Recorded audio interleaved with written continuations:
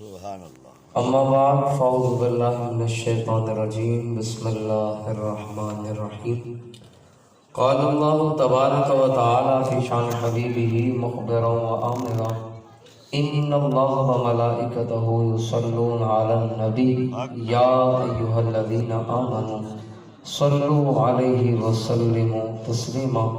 محبت کے ساتھ درود و سلام پڑھیے. الصلاۃ والسلام علیکہ یا سیدی یا رسول اللہ وعلا آلکہ واصحابکہ یا سیدی یا حبیب اللہ.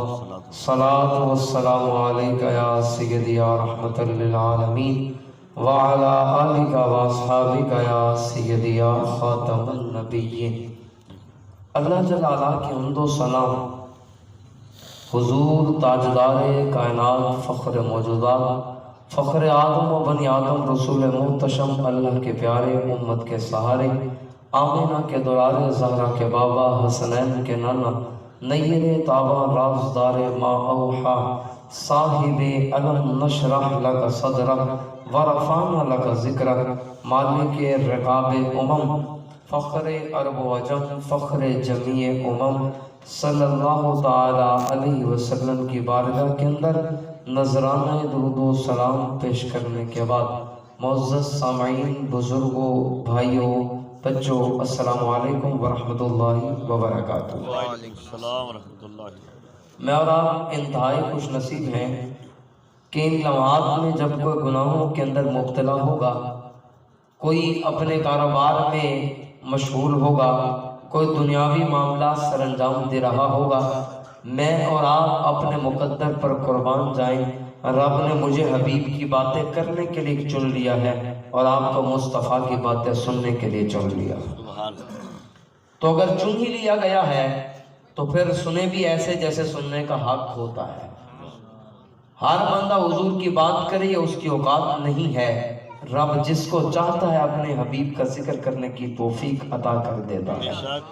میرے امام نے کہا تھا زمین سے آسمان تک ہے، آسمان سے لامکان تک ہے، کھولے تھے گیسو یار نے کہاں خوشبو کہاں تک ہے. ساری کائنات کے اندر حضور کے نام کا چراغاں ہے، حضور کے نام کی روشنی ہے. اور وہ پیر نصیر الدین نے بھی کہا تھا تھی جس کے مقدر میں گدائی تیرے در کی. ہر بندہ نہ ان کی بات کر سکتا ہے نہ ان کی بات سن سکتا ہے. تھی جس کے مقدر میں گدائی تیرے در کی، قدرت نے اسے راہ دکھائی تیرے در کی. رویا ہوں میں اس شخص کے پاؤں سے لپٹ کر جس نے بھی کوئی بات سنائی تیرے در کی. یرز و سماوات ہے تیری ذات کا صدقہ، محتاج ہے یہ ساری خدائی تیرے در کی. پھر اس نے کوئی اور تصور نہیں باندھا جس کو میں نے تصویر دکھائی تیرے در کی.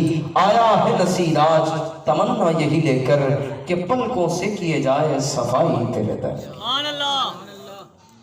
تو ہر شخص ان کی بات نہیں کر سکتا. میں نے اختصار کے ساتھ کلام کرنا ہے، طبیعت بھی کچھ ناساز ہے، لیکن شفیق بھائی اور ہمارے ریحان بھائی اور دیگر جتنے ان کی محبتیں کھینچ لائی ہیں تو لیکن جتنی دیر میں کلام کروں گا آپ نے اپنی توجہات کا مرکز اور محور میری ذات کو بنا کے رکھنا ہے.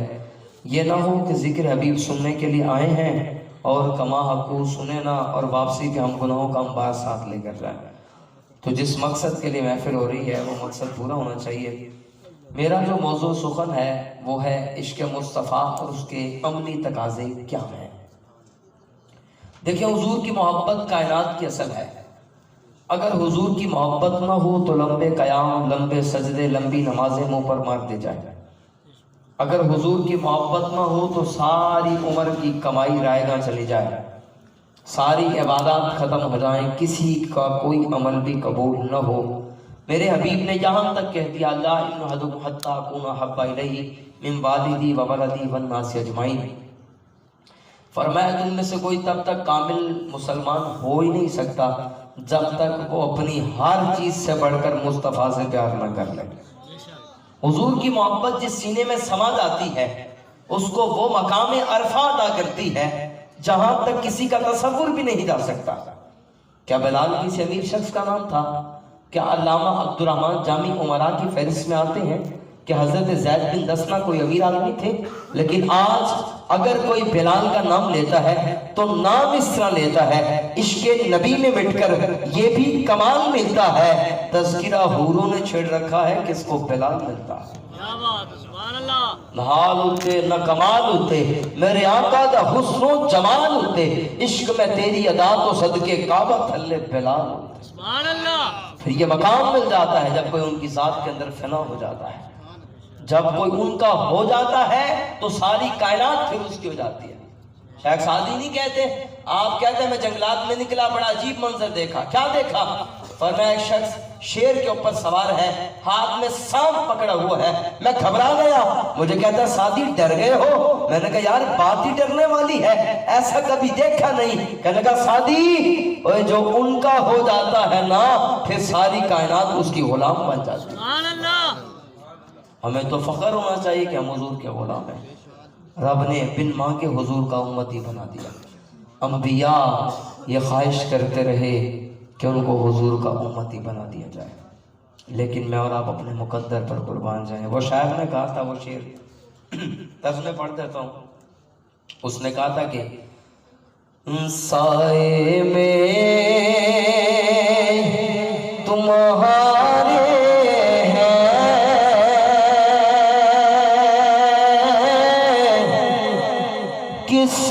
قسمت یہ ہماری ہے، سائے میں تمہارے ہے، قسمت یہ ہماری ہے، قربان دلوں جان